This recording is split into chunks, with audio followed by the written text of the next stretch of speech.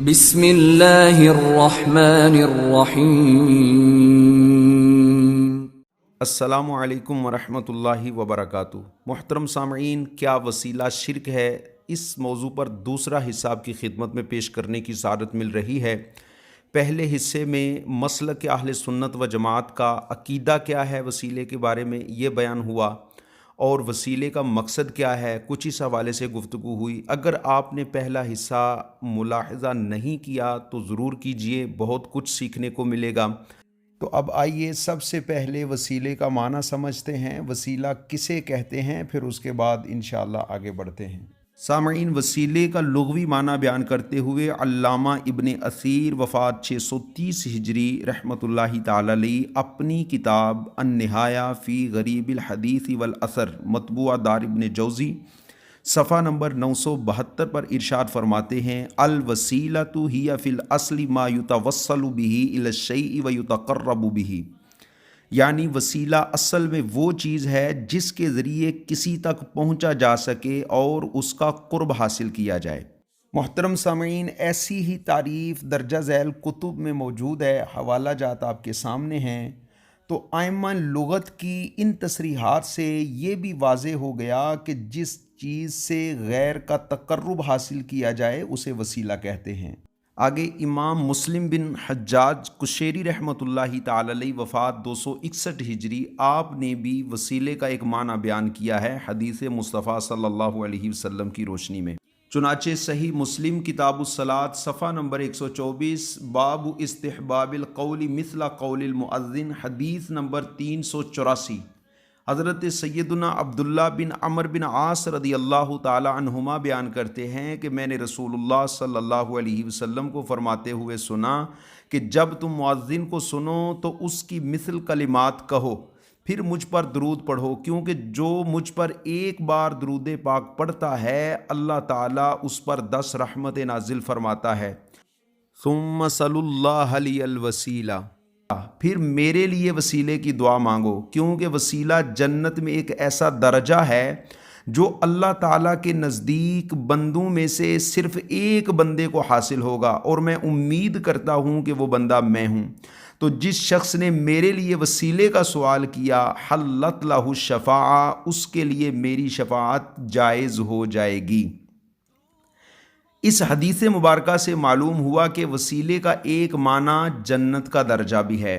بہرحال وسیلے کی شرعی تعریف سماعت فرمائیے۔ شرعی طور پر ایسی چیز کو دعا کی قبولیت کا ذریعہ بنانا جو اللہ کی بارگاہ میں قدر و منزلت رکھتی ہو وسیلہ کہلاتا ہے۔ پھر ہمارے علماء کرام نے وسیلے کی 4 قسمیں بیان فرمائی ہیں۔ نمبر 1، اللہ تعالیٰ کے مقبول بندے کی ظاہری حیات میں توسل۔ نمبر 2، زندہ آدمی کے عمل صالح سے اللہ تعالیٰ کی بارگاہ میں توسل۔ نمبر 3، اللہ کی بارگاہ میں اس کی ذات اقدس اور اسماء و صفات سے توسل۔ مذکورہ تینوں قسمیں بالاتفاق سب کے نزدیک جائز ہیں۔ چوتھی قسم ہے اللہ کے مقبول بندے کے وصال کے بعد اس کی ذات سے توسل۔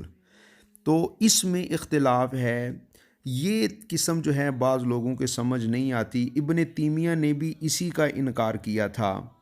تو یاد رکھیے، مسلک اہل سنت و جماعت کے نزدیک اللہ کے مقرب بندوں کے وصال کے بعد ان کا وسیلہ اللہ کی بارگاہ میں پیش کرنا یہ بالکل جائز ہے، اور اس پر متعدد دلائل موجود ہیں اللہ کی رحمت سے۔ صحابہ کرام اس کے قائل تھے۔ صحابہ کرام حضور علیہ السلام کے وصال کے بعد نبی کریم علیہ السلام کا وسیلہ اللہ کی بارگاہ میں پیش کیا کرتے تھے، کیونکہ خود نبی کریم صلی اللہ علیہ وآلہ وسلم نے اپنے صحابہ کرام کو اپنے وسیلہ جلیلہ سے دعا مانگنا سکھایا تھا۔ تو صحابہ کرام علیہم رضوان نبی کریم علیہ السلام کی حیات مبارکہ میں اور حضور علیہ السلام کے وصال کے بعد اللہ کی بارگاہ میں نبی کریم علیہ السلام کے وسیلے سے دعا کیا کرتے تھے۔ پھر تابعین، تبا تابعین، بلکہ 1400 سال کے جو علماء، فقہا، مجتہدین، محدثین بالاتفاق یہ باتیں بیان فرما چکے ہیں کہ دعا فقط اللہ ہی سے مانگی جاتی ہے، اور اسی سے اپنی حاجتیں اور مرادیں مانگتے ہوئے نبی کریم صلی اللہ علیہ وسلم کی ذات گرامی یا کسی ایسے مقرب بندے یا نیک عمل کا وسیلہ دیا جاتا ہے جس سے خود اللہ کو محبت ہو اور جس کا وہ عام مخلوق سے بڑھ کر لحاظ فرماتا ہو، تو ایسا وسیلہ پیش کرنے سے خود دعا کی برکت اور تاثیر میں مزید اضافہ ہو جاتا ہے۔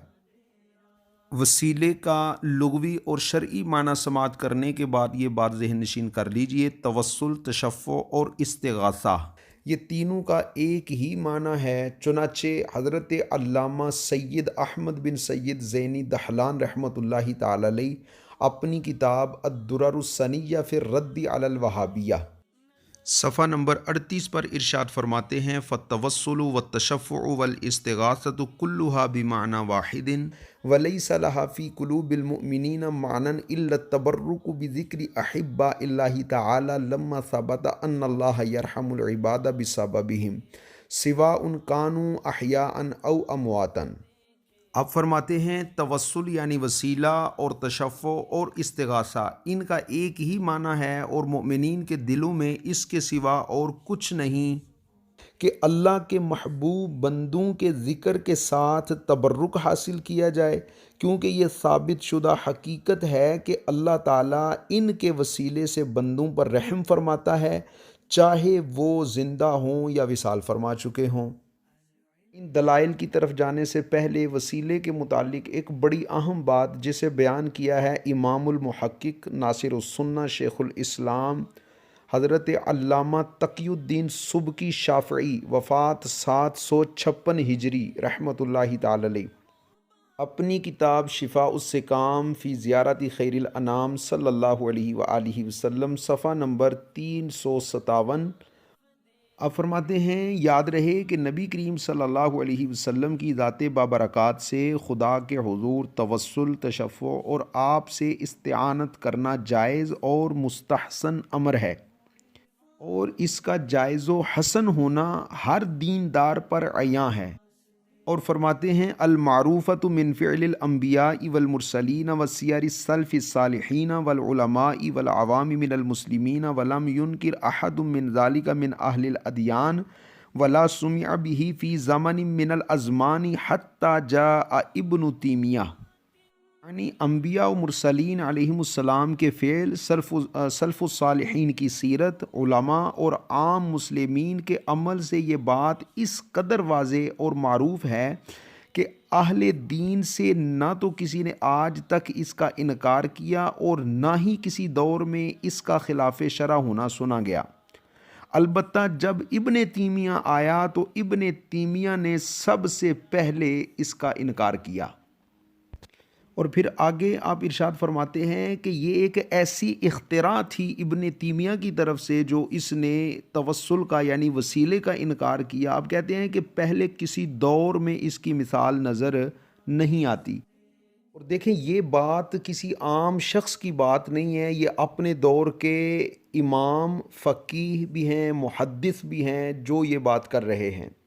تو ایک بات دیکھیں یہ سامنے آئی کہ وسیلے کا پہلا منکر جو ہے امت میں وہ ہے ابن تیمیہ، اور یہ تقریباً آج سے 700 سال پہلے کی بات ہے۔ ابن تیمیہ نے جب اس طرح کی باتیں کرنا شروع کیں جو کہ اہل سنت و جماعت کے عقائد کے خلاف تھیں، تو پھر علماء اکرام نے اس کی پکڑ کی اور اس کے رد میں کتابیں لکھیں، اور یہ جو کتاب ہے شفاء السقام فی زیارت خیر الانام صلی اللہ علیہ وسلم، یہ اسی کے رد میں آپ نے لکھی۔ آگے فیض القدیر شرح جامع الصغیر جلد 6 صفحہ نمبر 314 پر علامہ مناوی علامہ سبکی رحمۃ اللہ تعالی علیہ کا قول نقل کرتے ہیں، وقد قال سبکی فی ابن تیمیہ ہوا دال مدل، کہ ابن تیمیہ گمراہ ہے اور گمراہ کرنے والا ہے، اور فی زمانہ جتنے بھی غیر مقلدین حضرات ہیں یہ سب کے سب ابن تیمیہ کے فالوورز ہیں۔ بہرحال اللہ تبارک و تعالی بد مذہبوں کے شر سے امت مسلمہ کو محفوظ فرمائے، صراط مستقیم پر استقامت عطا فرمائے، آمین۔ تو دوبارہ آئیے شفاء السقام کی طرف۔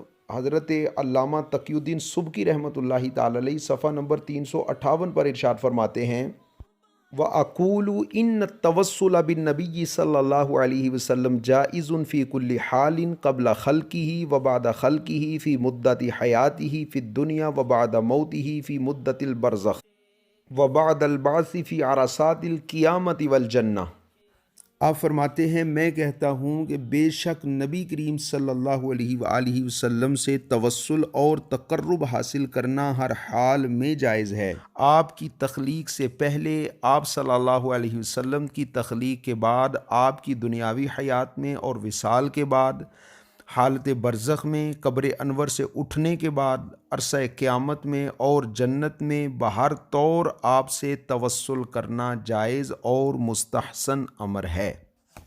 اب دوسرے حصے کا میں یہیں پر اختتام کر رہا ہوں۔ اگلے حصوں میں انشاءاللہ عز و جل توسل پر دلائل اور جو بد مذہب اعتراضات کرتے ہیں ان اعتراضات کے جواب دلائل کے ساتھ اللہ نے چاہا تو پیش کروں گا۔